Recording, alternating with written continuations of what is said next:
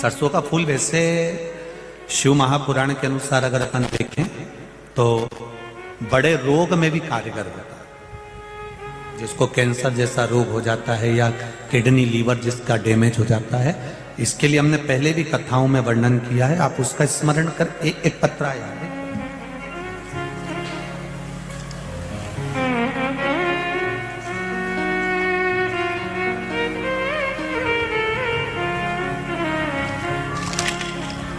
तेरी कृपा बिना न हिले एक भी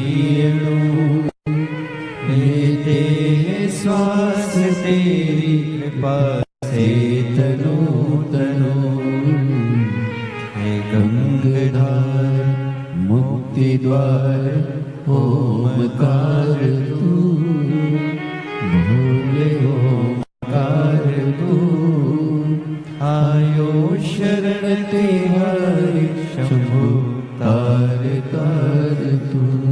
बखान क्या भगवान की शरणागति में रहकर हजारों वर्ष तक माता वीणा वादिनी ने, माता सरस्वती ने श्री सैलम पर तप किया। इसलिए आज भी हम जब श्री सैलम के पर्वत पर मल्लिकार्जुन भगवान का दर्शन करने जाते हैं तो मंदिर में प्रवेश करने से पहले श्री सैलम के शिखर पर, श्री सैलम पर्वत की सबसे ऊंची चोटी पर माता वीणा वादनी का, माता सरस्वती की मूर्ति विराजमान है और उसके पास में नटराज की मूर्ति विराजमान है।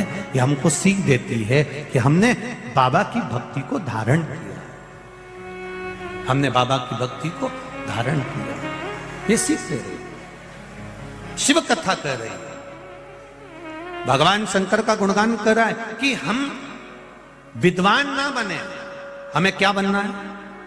जम के बोलो जरा, विद्यावान बनना। और विद्यावान बनने में सबसे बड़ी चीज होती है कि हमारी नम्रता, हमारा झुकना, प्रणाम करना। हनुमान जी महाराज को विद्यावान गुणी अति चातुर कहा गया, उनकी विद्या की प्रबलता। शिव कथा का देवऋषि नारद को भगवान ने 6 सूत्र दिए। इन 6 सूत्र को नारद जी अगर तुम धारण कर लोगे तो तुम्हारा अभिमान अपने आप चला जाएगा और तुम शिव तत्व को प्राप्त कर लोगे। वो 6 सूत्र दिए गए। पहला सूत्र है सिर पर त्रिपुंड लगाना नारद। और अगर त्रिपुंड से वंचित हो जाओ तो पंचाक्षर मंत्र, पंचाक्षर मंत्र कौन सा? जम के बोलिए जरा, नमः शिवाय। बोलो जरा अच्छे से, नमः शिवाय। ये नमः शिवाय पंचाक्षर मंत्र है। ओम नमः शिवाय षडाक्षर मंत्र है। ओम नमो भगवते वासुदेवाय ये 12 अक्षर मंत्र। राम 2 अक्षर का मंत्र है। कृष्ण 2.5 अक्षर का मंत्र है। जब कभी मौका मिल जाए देवऋषि नारद, जब आपका चित्त, जब आपका मन, जब आपकी वृत्ति दिल से भगवान की भक्ति में डूबे तब पंचाक्षर मंत्र का जाप करिए। नमः शिवाय, नमः शिवाय, नमः शिवाय, नमः शिवाय। इस पंचाक्षर मंत्र का जाप करें। और जब आप अक्षर मंत्र से भी आप वंचित रह जाएं तो एक काम करिए, अपने गले में रुद्राक्ष धारण कर लीजिए। एक रुद्राक्ष धारण करने वाला जीव अगर अचानक प्राणों को त्याग भी देता है तो उसको लेने के लिए यमदूत नहीं आते, स्वयं महादेव आते हैं। नंदी स्वयं महादेव। एक रुद्राक्ष धारण करने वाला, रुद्राक्ष कोई साधारण नहीं होता। उस रुद्राक्ष की महत्वता को हम जाने। रुद्राक्ष को आज के जमाने में तो खैर सब जगह रुद्राक्ष मिल जाते हैं, प्राप्त हो जाते हैं, पर हम तो कहेंगे कभी योग लगे। भाई वैसे तो अभी सीहोर में रुद्राक्ष वितरण बंद है, पर कभी जीवन में अगर योग लगे और रुद्राक्ष जब वितरण होंगे, रुद्राक्ष जब बांटे जाएंगे, तो अभी तो रुद्राक्ष वितरण बंद है। केवल जो रोगी व्यक्ति होते हैं, रोगवान होते हैं, उनका फाइल देखकर, उनकी जांचें देखकर वहां से रुद्राक्ष दे दिया जाता है। पर कभी योग लगे, वैसे तो तारीख रखी है लगभग शायद 16 फरवरी से है, 16 फरवरी से 22 फरवरी सीहोर कुबेरेश्वर धाम पर रुद्राक्षोत्सव रहेगा। वैसे तो समय पर प्रयास पूरा है रुद्राक्ष बांटने का। तो रुद्राक्ष जब मिले आपको सीहोर का, प्राप्त हो जाए कुबेरेश्वर बाबा का रुद्राक्ष, तो प्रयास करिएगा, उसको संजो कर रखिए, संभाल कर रखिए। कभी रोग में, बीमारी में, तांबे के कलश में उसको गला दीजिए, पानी शिव जी को चढ़ा दीजिए, उस जल का आचमन करिए, उसको अपने पास रखिए, संजो कर। और आपके घर में जो रुद्राक्ष है उसको भी आप भगवान की अविरल भक्ति में धारण करें। ऐसा नहीं है कि आप जो रुद्राक्ष धारण कर रहे हैं, रुद्राक्ष पहन रहे हैं, वो हल्का है। रुद्राक्ष रुद्राक्ष होता है, उसकी भक्ति धारण करें। नारद जी, ये तीसरा सूत्र है। मान लो त्रिपुंड नहीं लगा सकते, पंचाक्षर मंत्र का जाप नहीं कर सकते, तो रुद्राक्ष धारण करो। अगर रुद्राक्ष धारण नहीं कर सकते तो शिव कथा को सुनने के लिए जाना प्रारंभ करो। कम से कम ये तो कर सकते। और नारद जी, अगर शिव महापुराण की कथा भी नहीं सुन सकते तो फिर 5वें नंबर का जो सूत्र बताया है कि शिव महापुराण की कथा की चर्चा अगर तुम्हारे कानों तक चली जाए तो कम से कम, जैसे ही हमको मालूम पड़े कि शिव पुराण, तुमने अखबार खोला, अखबार में पढ़ लिया शिव महापुराण की कथा हो रही है, तो एक बार मुख से श्री शिवाय नमस्तुभ्यम या पंचाक्षर मंत्र या षडाक्षर मंत्र या राम नाम, कृष्ण नाम, 12 मंत्र, कुछ भी अपने मुख से भगवान का धारण कर लो। अर्थात इसको कहते चिंतन करना। थोड़ा सा चिंतन शिव पुराण का कर लीजिए। ये 5वां सूत्र। और सुनो नारद जी, अगर ये 5 सूत्र भी आपसे ना बने, आप सुन लो इंदौर वालों जरा अच्छे से, और जितने लोग आस्था चैनल पर सुन रहे हैं, जितने फेसबुक यूट्यूब पर सुन रहे हैं, मान लो ये 5 सूत्र भी आपसे नहीं बन रहा है, त्रिपुंड नहीं लगा सकते, रुद्राक्ष नहीं पहन सकते, कथा नहीं सुन सकते, पंचाक्षर मंत्र का जाप नहीं कर सकते, शिव महापुराण कथा का चिंतन नहीं कर सकते, तब कहा ये कुछ भी ना हो तो देव ऋषि नारद 1 लोटा जल भरकर शिव को समर्पित करना प्रारंभ कर दीजिए। शिव मिल जाता है, शंकर प्राप्त हो जाते हैं, भगवान शिव की भक्ति प्राप्त हो जाती है। ये 6 सूत्र देव ऋषि नारद को भगवान विष्णु ने शिव महापुराण में वर्णन किया। जब नारद जी के भीतर अभिमान आ गया उस जगह पर, और ये अभिमान को समाप्त करने के सूत्र बताने के साथ में एक बड़ा सुंदर प्रसंग हमारे यहां पर आ जाता है। महाराज,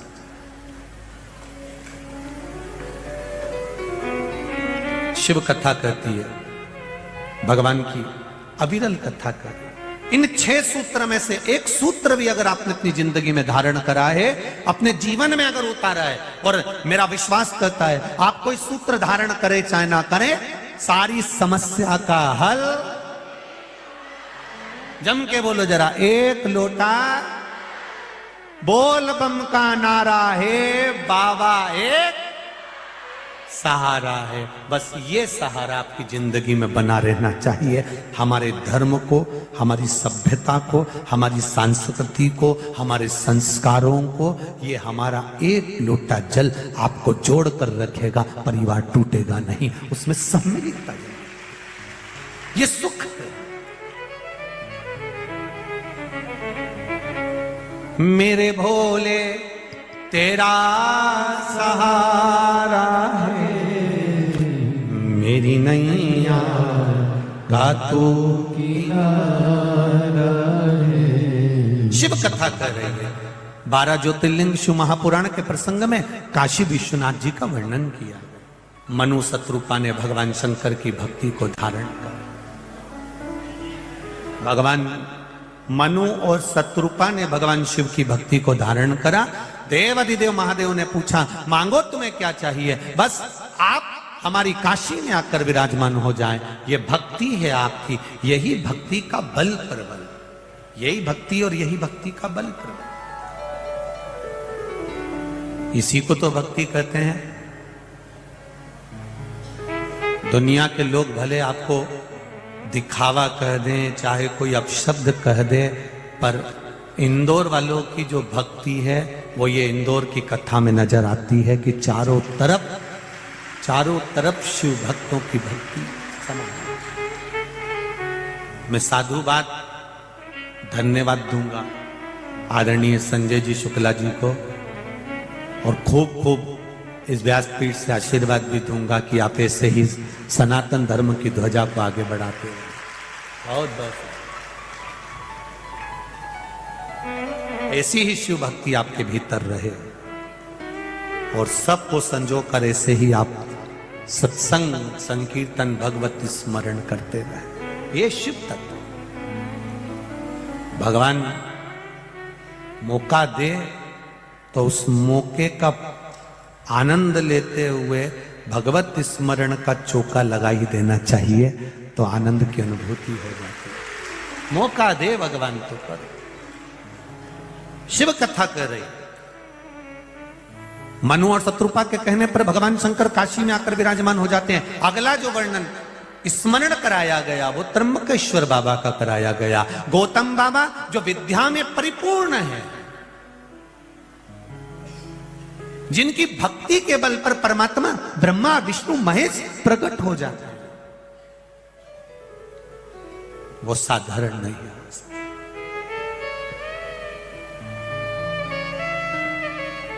गौतम बाबा पर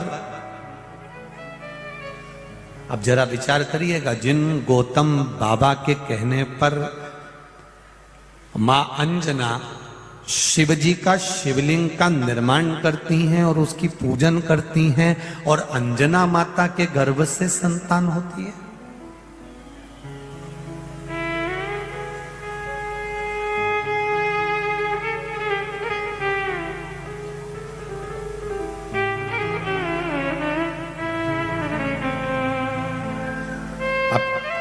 ये तो यहां पर कहा गया कि शिव जी की पूजन से भगवान जब देता है तो छप्पर फाड़ कर देता है, परंतु अंजना माता के यहां भी थोड़ी ना कम दिया था, भगवान कृष्ण के यहां थोड़ी ना कम दिया था। रानियों ने जितनी दिन भगवान कृष्ण की पटरानियों ने जितनी दिन भगवान शंकर का अभिषेक करा, एक एक रानी के गर्भ से 11-11 संतान हुई।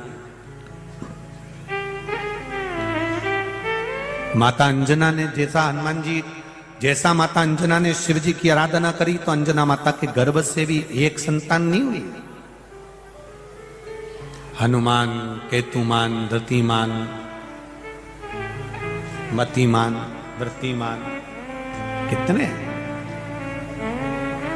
कोई एक नहीं हुआ। ये शिव कृपा, ये भगवान शंकर की उदारता।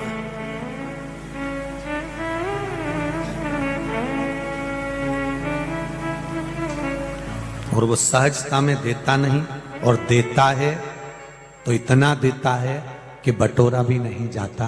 ये उसकी कृपा है, ये उसकी करुणा। अब गौतम बाबा पर गौ हत्या का दोष लगा दिया। जब ईर्ष्या प्रकट होती है, अहंकार प्रकट होता है, थोड़ा सा जलन भाव प्रकट होता है, थोड़ी सी ईर्ष्या प्रकट होती है, तो उस ईर्ष्या में हम दूसरे को नीचा दिखाने का प्रयास करते हैं।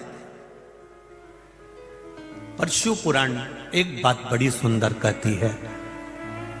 कोटि रुद्र संहिता के अंतर्गत देव अधिदेव महादेव ने माता पार्वती को जो कहा है, पार्वती, जब हम ईर्ष्या रखते हैं, किसी को नीचा दिखाने का प्रयास करते हैं, उस जगह पर वो नीचा नहीं होता, जो नीचा दिखा रहा होता है वो नीचा हो जाता है। ये भगवान देवाधिदेव महादेव कोटि रुद्र संहिता में माता पार्वती जी को ज्ञान उपदेश दे रहे हैं। और वो देखा भगवान की ये पावन कथा तुमरुका जी चंचुला देवी से कहते हैं, चंचुला जरा ध्यान लगाकर सुनिए। चंचुला देवी, इस चंचुला देवी जरा ध्यान लगाकर सुनिए। बिंदुक के लिए तुम ये कथा सुन रही हो, उसका स्मरण करिएगा कि गौतम बाबा जो अपने आश्रम में रह रहे हैं, भजन कर रहे हैं, कीर्तन कर रहे हैं, मंत्र जाप कर रहे हैं, नाम जाप कर रहे हैं, नाम स्मरण कर रहे हैं, उनको कोई मतलब नहीं संसार से। वो तो केवल अपनी धर्म पत्नी अहिल्या के साथ में आनंद के साथ विराजमान है और भगवान की भक्ति में डूबे हुए हैं। वो गौतम ऋषि का जब तेज बल चारों तरफ फैलने लगा। जो देखो वो गौतम ऋषि को पूछने लगा, गौतम बाबा, गौतम बाबा, गौतम बाबा, गौतम ऋषि, गौतम ऋषि। चारों तरफ आवाज आने लगी। तब कुछ लोगों को वो आवाज खलने लगी। तब कुछ लोगों को वो ईर्ष्या जागृत हो गई और कुछ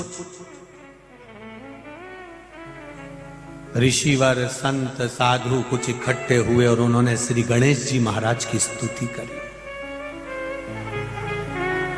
गौतम बाबा के लिए गणेश जी महाराज की स्तुति करी और गणेश जी महाराज से स्तुति कर कर अब देखिए, आपसे भी निवेदन है, कभी जिंदगी में भगवान के सामने जाना, पड़ोसी को बर्बाद करने का मत मांगना, बल्कि भगवान से कहना मेरे पड़ोसी की यहाँ 4 व्हीलर गाड़ी आ जाए, उसका बेटा डॉक्टर बन जाए, इंजीनियर बन जाए, मेरा पड़ोसी 4 चांद लगाए और आगे बढ़े, उसकी बिल्डिंग और ऊंची बने। उसका लाभ क्या होगा जब पड़ोसी की बिल्डिंग 4 मंजिला बनेगी, जब पड़ोसी की बिल्डिंग आगे बढ़ेगी, जब पड़ोसी का बेटा डॉक्टर बन जाएगा या उसकी यहाँ 4 व्हीलर गाड़ी खड़ी हो जाएगी, तो तुम्हारे ड्राइवर नहीं होगा कोई, तुम्हारे यहाँ गाड़ी नहीं होगी, तुमको दुख आएगा। तुमने पड़ोसी से जाकर कहा तो डीजल भी उसका, पेट्रोल भी उसका, ड्राइवर भी उसका, गाड़ी भी उसकी, तुमको वहां तक छोड़कर आएगा,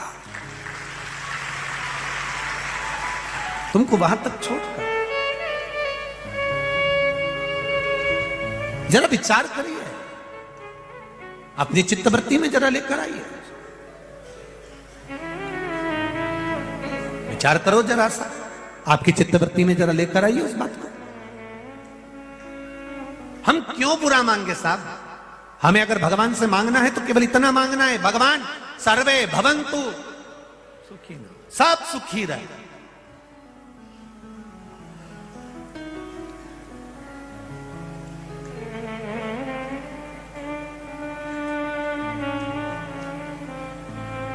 ये कथा भले क्षेत्र क्रमांक 1 की कथा रही हो, संजय शुक्ला जी की मित्र मंडली ने कराई हो, पर यह कथा केवल क्षेत्र क्रमांक 1 की या श्री संजय जी शुक्ला जी की नहीं रही, ये पूरे इंदौर की कथा है कि पूरे इंदौर की। भले संजय शुक्ला मित्र मंडली करा रहे, भले क्षेत्र क्रमांक 1 में हो रही हो, पर जब सब जुड़ गए, हर एक व्यक्ति, आप जाकर देखो, इस रोड से जाओगे इतने स्टॉल लगे होंगे, कोई पोया बांट रहा है, कोई कचौड़ी बांट रहा है, कोई हलवा बांट रहा है, कोई चाय बांट रहा है। इधर से निकलोगे तो कोई चाय बांट रहा है, कोई हलवा बांट रहा है, कोई कचौड़ी बांट रहा है। रात के समय आकर देखो तो रात को लोग सेवा में लगे हुए, रात को 1 बजे तक तो मालूम ही नहीं पड़ता कि इंदौर है, सब घूम रहे, कहां जा रहे हैं? कथा स्थल पे जा रहे हैं। तो महाराज तो कथा 2 बजे से बाजता है, तुम रात को 12 बजे जाके क्या करोगे? कुछ नहीं, जो भूमि मिलेगी उस भूमि को प्रणाम कर कर आना है जहां इतने शिव भक्त आए।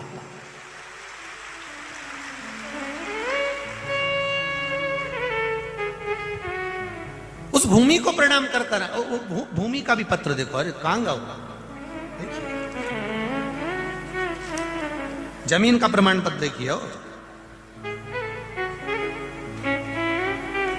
भूमि ये जननी है संस्कार, सभ्यता और संस्कृति की, इसलिए इसको भारत माता कहते हैं। माता देती है, प्रदान करती है, बस विश्वास होना चाहिए, आपका भरोसा, आपकी दृढ़ता होना चाहिए। कितना विश्वास। एक विदेश में कहीं का मरता है तो उसको कहते हैं डेड बॉडी, एक्सपायर हो गए। और भारत में कहीं का बेवड़ा भी मर जाए तो स्वर्ग